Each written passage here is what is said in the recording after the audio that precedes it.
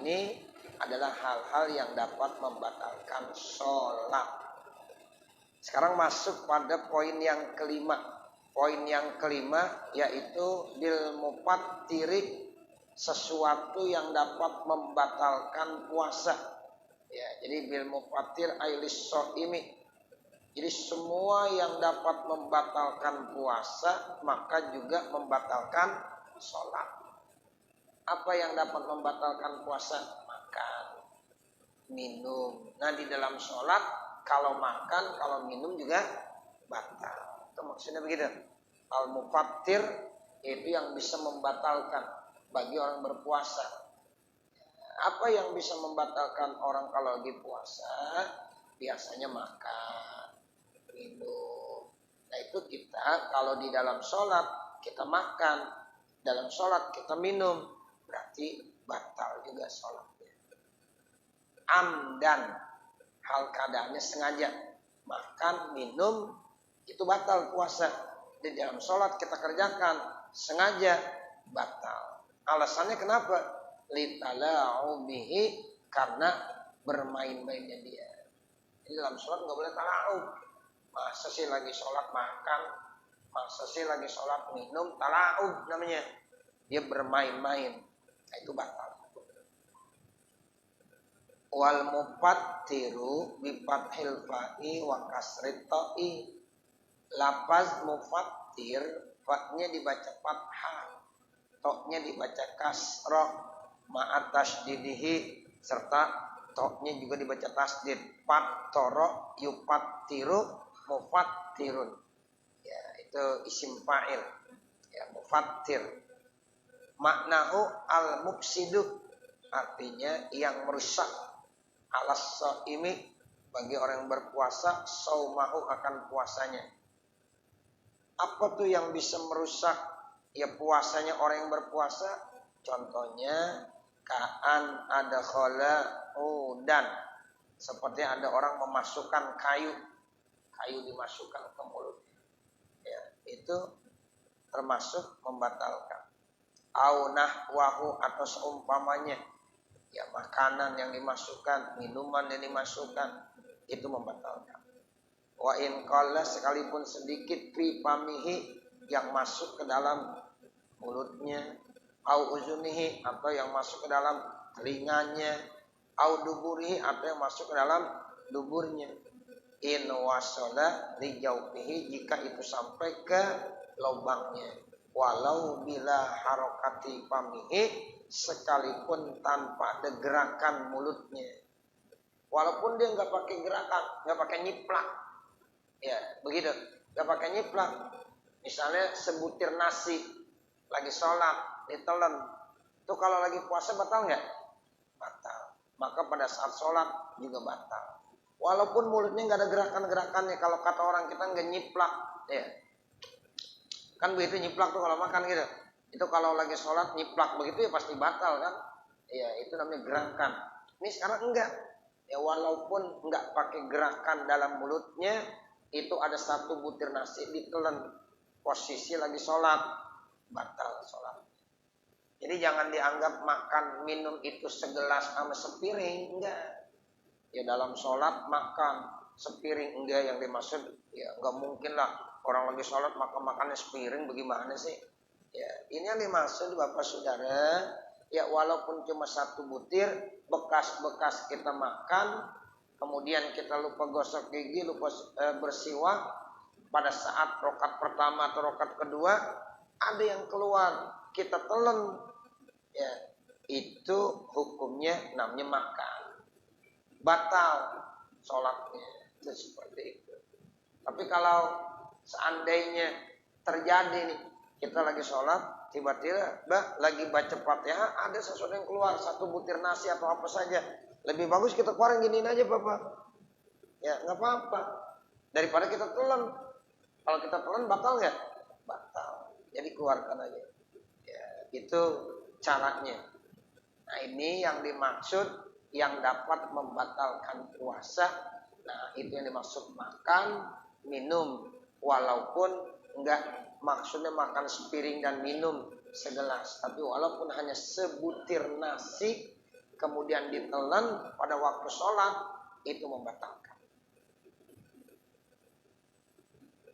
Itu namanya walau bila harokati pamihi, begitu. Sekalipun tanpa ada gerakan yang ada di mulutnya. Li'annal harokata wahdaha fi'lun yubtilu kasiruhu. Karena gerakan itu sendiri merupakan perbuatan, kalau memang banyak, udah 3 kali berturut-turut, itu sendiri udah membatalkan. Ada orang ya makan dijiplak 3 kali berturut-turut, udah 3 kali, ya itu nyiplaknya aja udah batal, karena udah gerakan yang bisa yang membatalkan 3 kali berturut-turut. Nah kalau ini enggak, sebab nelennya doang, walaupun kagak ada gerakan dalam mulutnya, sebutir nasi ditelan tanpa ada gerakan nyiplak, itu udah membatalkan. Nah kalau gerakan-gerakannya itu pasti ya gerakan itu sendiri udah bisa membatalkan kalau dianggap kasir. Ya, kalau dianggap banyak. Nah, yang banyak itu yang bagaimana? 3 kali ya berturut-turut orang mengerjakan perbuatan dalam sholat, itu hukumnya membatalkan. Walhasilu, kesimpulannya, anna kullama abtolas sawma abtolas salata. Segala sesuatu yang dapat membatalkan puasa, itu pun dapat membatalkan sholat. Illal aklal katsira sahwan, kecuali kalau ada orang makan banyak tapi lupa. Payo betiluha, maka dapat membatalkan sholat. Dunahu, tidak membatalkan puasa. Ada orang dalam sholat walaupun lupa makan sampai sepiring, ya udah jelas batal. Ustaz saya lupa. Ya bagaimana sih lagi sholat makan sepiring lupa? Kan sulit menurut logika ya. Nah begitu. Makan nyiplaknya aja udah batal. Tapi kalau lagi puasa makan sepiring lupa, batal nggak? Enggak. Tadi kan dibilang setiap yang membatalkan puasa dapat membatalkan sholat. Nah ini ada kecualinya. Kalau ada orang puasa, kemudian di siang hari dia lupa makan sepiring, banyak nggak sepiring? Banyak. Lupa, batal nggak puasanya? Nggak batal. Tapi kalau sholat makan sepiring lupa, batal nggak? Tetap batal. Karena susah menurut logika, ya nggak bisa tuh ditemukan. Ya kalau puasa bisa aja, ya dia mungkin alokasi rezeki, ya, dia lupa makan sepiring nasi padang lagi, sama rendang, masya Allah enak bener itu. Ya udah minumnya teh manis, selesai makan selesai minum, ya baru ingat, astagfirullah saya lupa saya lagi puasa. Udah rizkun minallah, itu rezeki dari Allah. Puasanya nggak batal. Tapi kalau dalam sholat mengerjakan begitu, walaupun alasannya saya lupa, ya nggak masuk logika, sehingga tetap sholatnya batal. Ya, itu sholatnya batal. Kalau puasa tuh masya Allah jarang terjadi. Ya ada orang makan sepiring lupa lagi sholat. Ya seandainya terjadi itu tetap tidak membatalkan. Itu rizqun minallah. Dalam hadis begitu tuh. Ya itu rizqun minallah, rezeki dari Allah. Jarang terjadi seperti itu. Makanya syukuri, alhamdulillah, ini jarang terjadi. Ya. Jadi yang dimaksud payu betiluha, maka makan sepiring ya lupa dapat membatalkan sholat. Dunahu, tidak membatalkan puasa. Hu kembalinya ke saum. Ya, jadi tidak berpuasa. Wal parku, bermula perbedaannya, anna laha hayatan muzakkaratan. Sesungguhnya bagi sholat itu punya kondisi yang sudah disebutkan. Pakana taksiru biha asyadda, ya bacanya asyadda, jadi khobar. Pakana taksiru biha asyadda, maka taksir, lalai di dalam sholat itu lebih berat. Bikhilafihi, berbeda dengan ya puasa. Wa annaha, bahwasanya sholat zatu af'alin manzumatin, itu merupakan ya satu perbuatan yang sudah tersusun ya gerakan-gerakannya, ya dari mulai takbiratul ihram terus ya berdiri, duduk, ruku, sujud sampai salam. Nah itu namanya gerakan-gerakan yang manzumah. perbuatan-perbuatan yang tersusun rapi. Ya, itu namanya nazmus sholah, susunan sholat seperti itu. Wal fi'lul katsir, sementara perbuatan yang banyak yaqta'un nazmaha, itu bisa merusak susunan dalam perbuatan sholat. Jadi kalau dalam sholat itu Bapak Saudara, itu ada yang namanya nazmus sholah. Af'al, perbuatan-perbuatan yang rapi yang dilakukan oleh orang yang sholat itu namanya nazmus sholah. Mulai dari takbiratul ihram, dia berdiri, dibaca Fatihah, dibaca surah, dia ruku, dia i'tidal, dia sujud, dia duduk, sujud lagi, berdiri lagi sampai salam. Itu namanya nazmus sholah. Ya, kondisi begitu tuh nggak ada pada puasa. Nah, seperti itu. Sehingga kalau ada orang sholat melakukan fi'lun kasir, nah itu bisa merusak tatanan dalam sholat. Ya, bisa merusak nazmus sholat. Nah, karena bisa merusak nazmus sholat, otomatis batal. Fa'innahu kafun annahu ta'am, maka otomatis nazmus sholat itu mencegah daripada seumpama makan. Kalau namanya makan, pakai piring, pakai sendok, pakai tangan, disuap, ya kan namanya makan sepiring banyak begitu. Pasti. Ini berarti udah merusak susunan sholat nggak? Merusak. Makanya ya walaupun lupa juga, ya kalau sholat nggak bakalan dimaaf, batal tetap. Beda dengan puasa. Kalau puasa nggak ada nazmus seperti sholat. Ya kalau orang makan lupa itu tidak membatalkan. Ya puasa boleh saja. Nah itu bedanya. Tadi kan ada kaidah, segala sesuatu yang dapat membatalkan puasa dapat membatalkan sholat. Nah kecuali tadi makan banyak, ya untuk ya sholat mau lupa mau enggak batal. Tapi kalau untuk puasa, kalau lupa walaupun makannya sepiring banyak tidak batal. Puasa disuha yang keenam syarat bil ukulil kasiri nasian, ya dengan sebab ya makan yang banyak, ya nasian dalam keadaan lupa, ya ai lis sholati, bagi sholat, au jahilan atau tidak tahu, makzuran yang itu diuzurkan, bi an qaruba alaihi islamu, ya seperti dia baru masuk Islam, au nas'a ba'idan anil ulama, atau orang itu tinggalnya jauh dari ulama, au mukrohan atau orang itu dipaksa, itu tetap hukumnya batal sholatnya. Ini ada orang makan banyak lupa, ya, atau nggak tahu dia baru masuk Islam, atau memang posisinya dia tinggalnya jauh dari ulama, atau dipaksa, tetap itu batal. Amma iza akala qalilan nasiyan lis-sholati, adapun apabila ada orang makannya sedikit, misalnya 1 butir nasi, ya, nasiyan tapi ditelan itu karena dilupa, lis-sholati dia lagi sholat, au jahilan atau mungkin dia nggak tahu, ya karena mungkin baru masuk Islam, ya jadi nggak tahu tahrim zalika, terkait tentang keharaman itu. Wala tabdulu sholatuhu, maka nggak batal sholatnya. Jadi kalau yang begitu nggak batal sholatnya. Makannya sedikit 1 butir nasi, lupa dia lagi sholat, atau dia nggak tahu ya, tentang keharaman itu, mungkin baru masuk Islam atau tinggalnya jauh dari ulama. Nah kalau yang begitu pada tabdulu sholatuhu, nggak batal sholatnya. Di khilafil mukrohi, berbeda kalau dipaksa. Fatabdulu sholatuhu, maka batal sholatnya. Dinadratil ikrohi, karena jarang banget dipaksa pihak dalam sholat. Ada orang lagi sholat dipaksa suruh makan, jarang terjadi. Seandainya terjadi tetap itu batal sholat.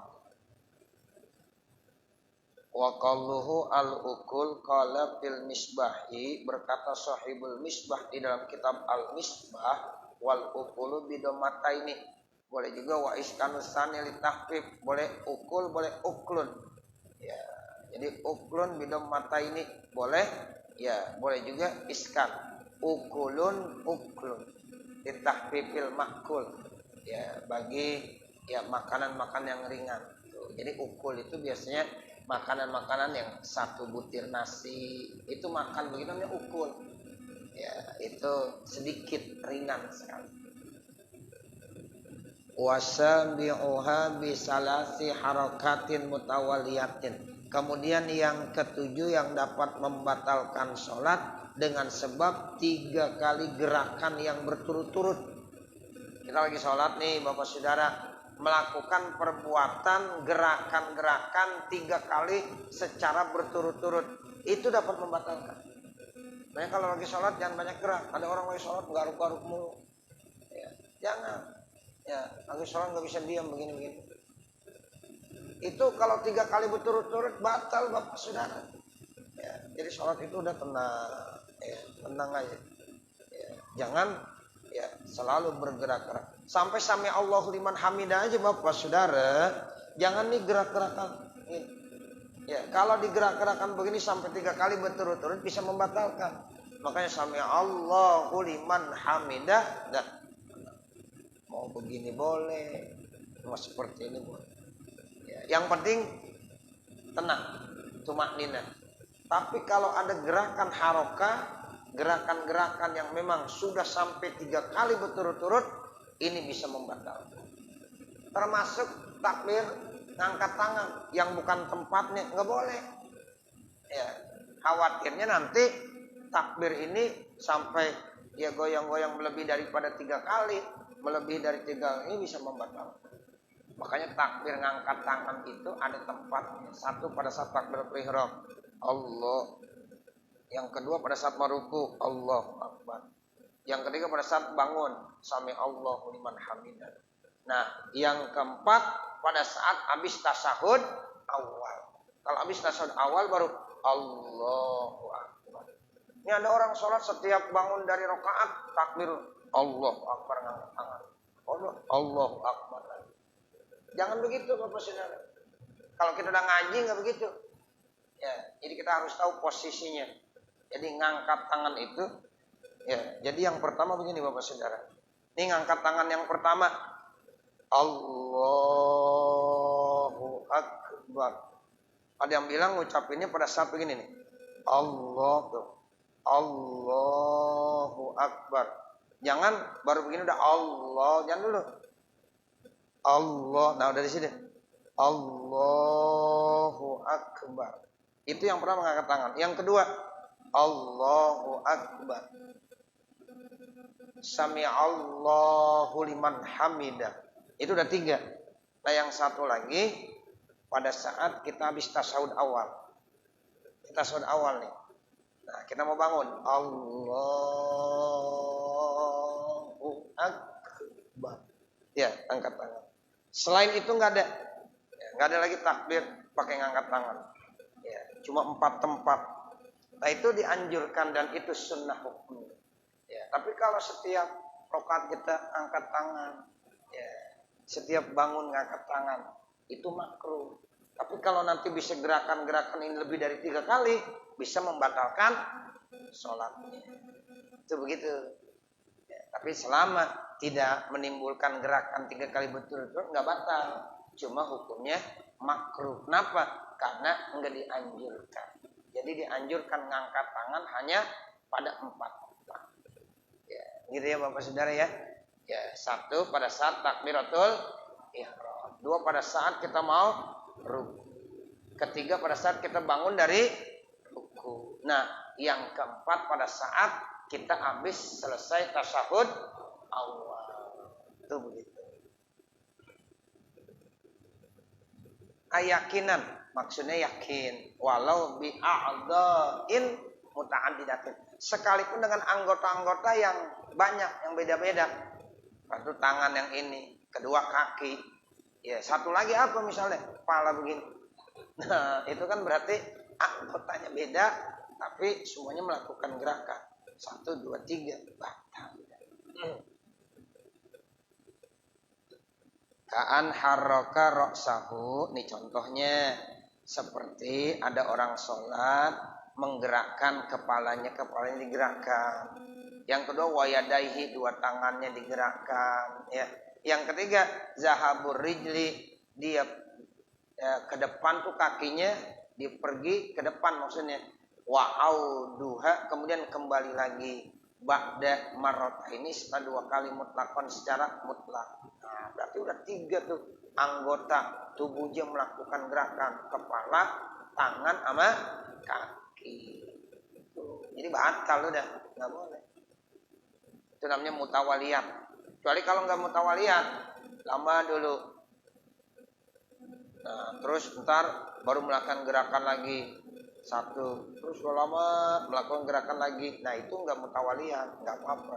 Kalau sampai 3 kali dia melakukan gerakan-gerakan secara berturut-turut, itu yang dapat membatalkan sholat.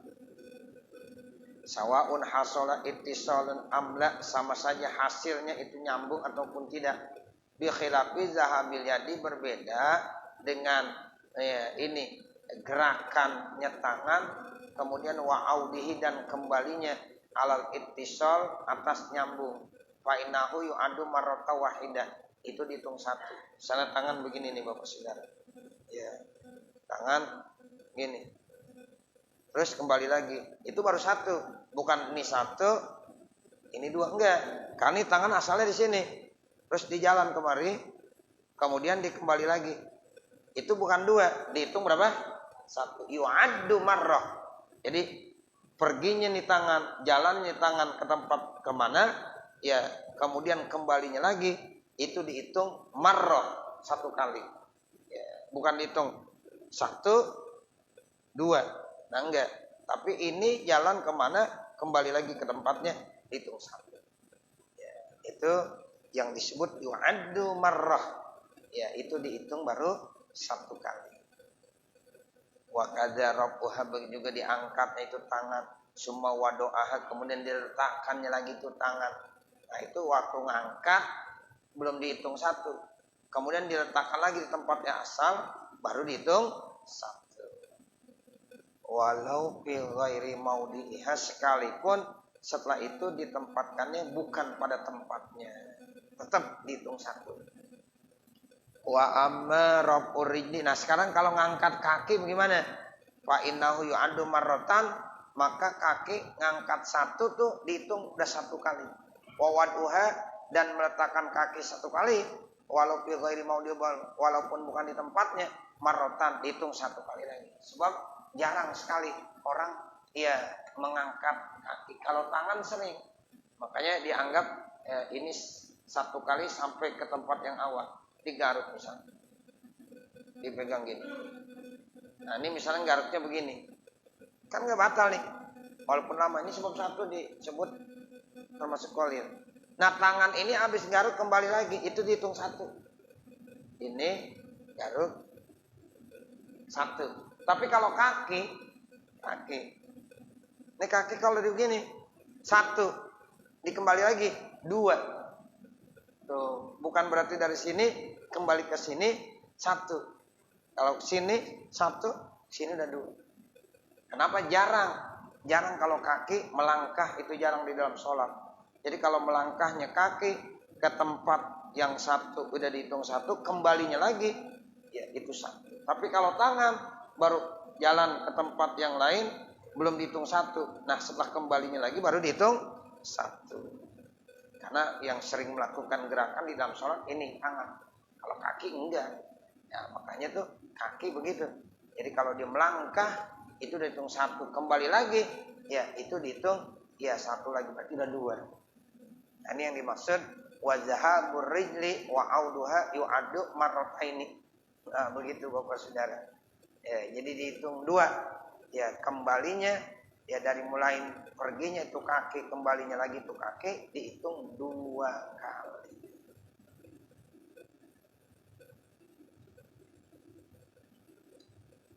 Jadi sawaun hasala ittisalun amla bi khilafi zabil yadi wa audiha alal ittisali fa innahu yu'addu marratan wahidatan. Wa kadza rafuha summa wadaha walau fi ghairi maudiha. Udah itu tadi.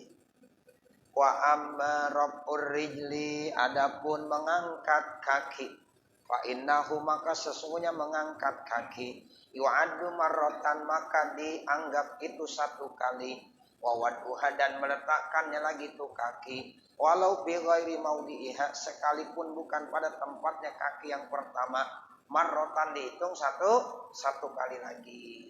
Jadi 2 kali dah tuh.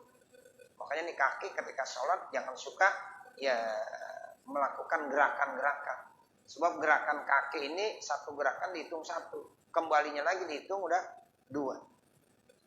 Wal farqu bainal yadaini warijli. Sekarang apa bedanya antara tangan dengan kaki?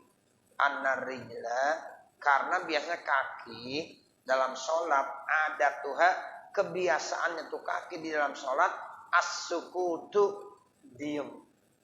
Tuh begitu.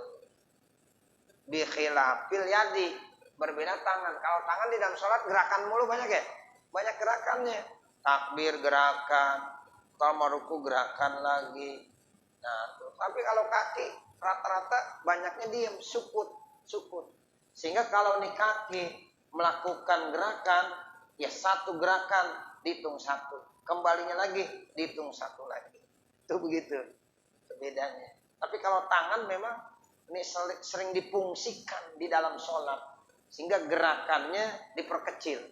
Ya, jadi kalau dia ngambil ke sini dihitungnya belum 1, tapi kalau kembali lagi baru dihitung 1. Tapi kalau kaki ya biasanya didiam di dalam sholat, sekarang digerakkan. Nah itu pindahnya satu kaki itu udah dihitung 1, kembalinya lagi ke tempat asal ataupun bukan dihitung 1 lagi.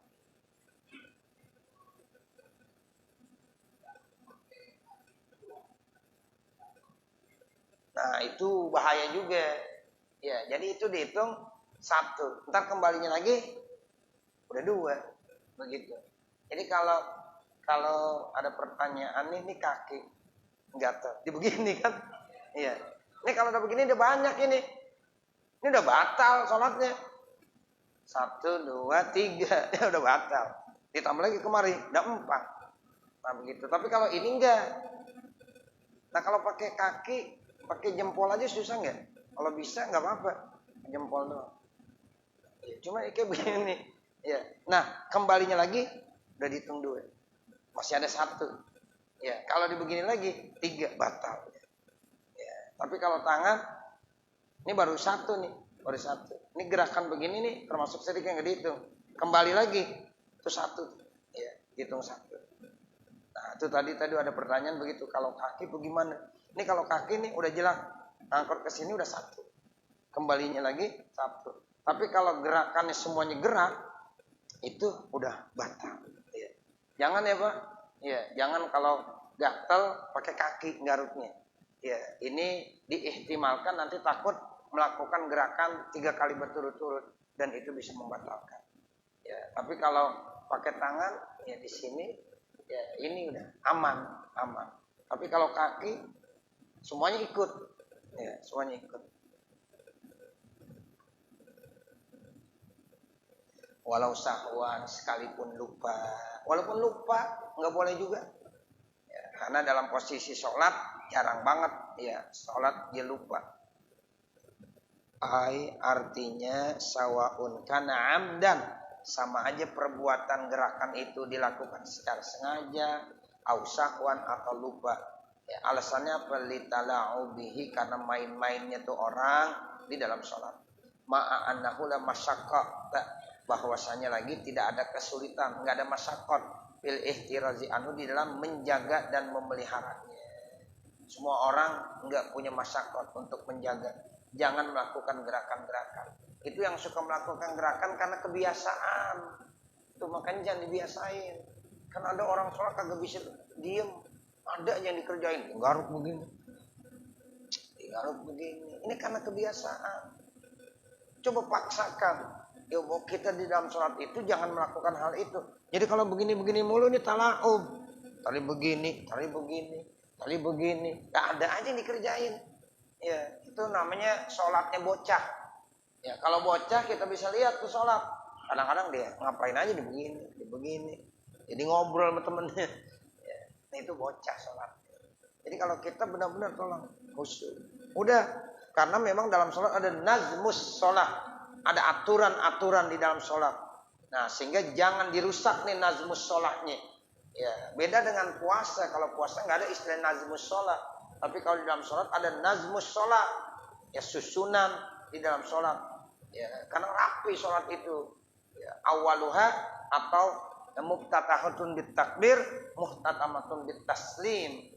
Nah, itu susunan begitu bagus. Sehingga jangan diganggu dengan kegiatan-kegiatan yang bisa merusak nazmus sholat. Di antaranya apa? Gerakan-gerakan. Jadi melakukan gerakan-gerakan tersebut walaupun sahwan, ya itu tetap talaub namanya. Ya, jadi itu ya sebagai bentuk main-main dia. Nggak ada kehusuan di dalam sholat. Dan itu nggak ada masyakot. Ya, nggak ada orang bilang susah Ustaz. Enggak susah, gampang. Karena semua orang bisa melakukannya. Cuma ini kadang-kadang dia kebiasaan.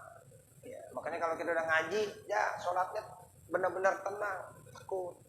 Ya, karena ada orang sholat dari kesini, tadi begini lagi, ya begini lagi. Ini gerakan-gerakan begini hati-hati nih. Ini pala nih, gerak-gerak begini, hitung tuh dihitung. Sekali, 2 kali, 3 kali, dihitung. Ya, jadi jangan. Ya tolong fokuskan ya pikiran kita, gerakan-gerakan kita sehingga benar-benar ada konsentrasi. Ya, itu namanya la masyaqqah. Tidak ada masyaqqah fil ihtirazi anu untuk menjaganya. Amal harokatul qalilatu, adapun gerakan yang sedikit, kaharokata ini seperti 2 gerakan, fala tabdulu sholat biha, maka enggak batal sholatnya, sawaun kana amdan, sama aja gerakan yang 2 tadi sengaja, au sahwan atau lupa. Kalau gerakan-gerakan yang belum sampai 3 kali masih dimaaf. Itu tidak membatalkan. 1 kali, 2 kali itu ya belum membatalkan. Tapi malam yaksid bihalak, selama dia melakukan itu tidak ada maksud tujuan main-main. Kalau ada tujuan main-main walaupun baru 2 gerakannya batal. Ya, karena main-mainnya nih Bapak Saudara. Kalau orang sholat udah main-main, ya tujuannya udah batal otomatis. Fa'in qasada biha, kalau seandainya ada orang maksud sholatnya itu zalika main-main, ka'an aqama usbu'ahul wusta, seperti ya misalnya dia ya menutup telinga ya jari-jari yang tengah fi sholatihi, pada sholatnya, lisaksin ya bagi seseorang, la'iban ma'ahu, ya karena main-main dia. Ya misalnya ini jari-jari tangannya yang tengah ya diletakkan di dalam ya pundak orang lain, main-main, batalat sholat dulu, batal sholat. Ada orang sholat ya dipegang pundak orang lain, ya walaupun baru sekali kan deh, baru sekali, tapi tujuannya dia mau bercanda, mau main-main, walaupun gerakannya baru 1 kali. Ini tangan belum kembali kan, padahal baru kesini. Ya, sebenarnya kalau dikembali lagi baru dihitung 1. Tapi karena ini gerakan tujuannya main-main, mau bercanda, batal sholat. Itu begitu. Kita lagi sholat, ada teman kita di sana. Ya, kita pegang-pegang pundaknya tuh. Ya, tujuannya pengen main-main gitu. Walaupun gerakannya baru 1 kali, itu batal. Karena faktornya itu main-main. Itu maksudnya la'iban, batalat sholatuhu, maka batal sholat. Nah nanti baru wa minhu ma yaqa'u li ahli ru'unati dan seterusnya. Ya, ini Bapak Saudara yang dapat kita baca, mudah-mudahan ada manfaatnya. Amin ya rabbal alamin. Ada pertanyaan?